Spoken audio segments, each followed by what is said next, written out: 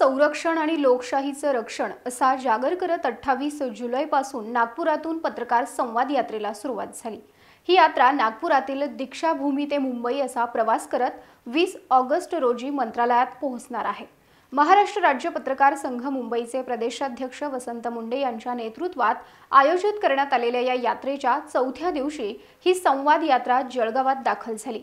यावेळी जळगावातील स्थानिक पत्रकारांकडून वसंत मुंडे व यात्रेतील इतर पत्रकारांचं स्वागत करण्यात आलं। बघूयात या संदर्भातील ही खास बातमी। पुढे जाण्यापूर्वी आपण आमच्या चॅनलला सबस्क्राइब करा, लाइक व फॉलो करा। भारत दुनिया का सबसे बड़ा लोकतंत्र और एनएलसी भारत देश का सबसे बड़ा गैर राजनीतिक मंच। शक्तिशाली लोकतंत्र के लिए राहुल कराट का सार्थक कदम। मुंबई में हुआ ऐतिहासिक प्रथम राष्ट्रीय विधायक सम्मेलन।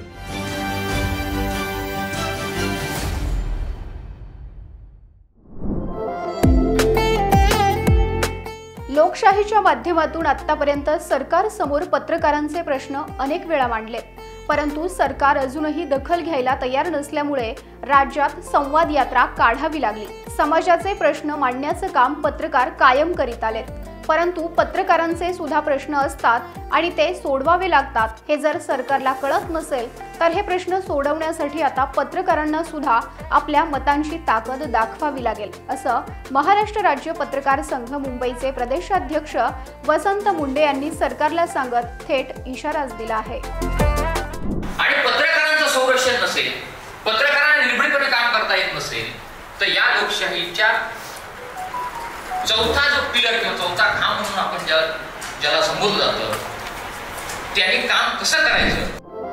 जळगावात आयोजित करण्यात आलेल्या या पत्रकार परिषदेवेळी महाराष्ट्र राज्य पत्रकार संघ मुंबईचे प्रदेशाध्यक्ष वसंत मुंडे, प्रदेश सरचिटणीस विश्वासराव आरोटे, प्रदेश कार्याध्यक्ष प्रवीण सपकाळे, इलेक्ट्रॉनिक मीडिया उत्तर महाराष्ट्र अध्यक्ष सचिन गोसावी, जळगाव जिल्हाध्यक्ष भूषण महाजन, नंदुरबार जिल्हाध्यक्ष जगदीश सोनवणे, मराठवाडा विभागीय अध्यक्ष वैभव स्वामी व जळगावातील इतर स्थानिक पत्रकार उपस्थित होते।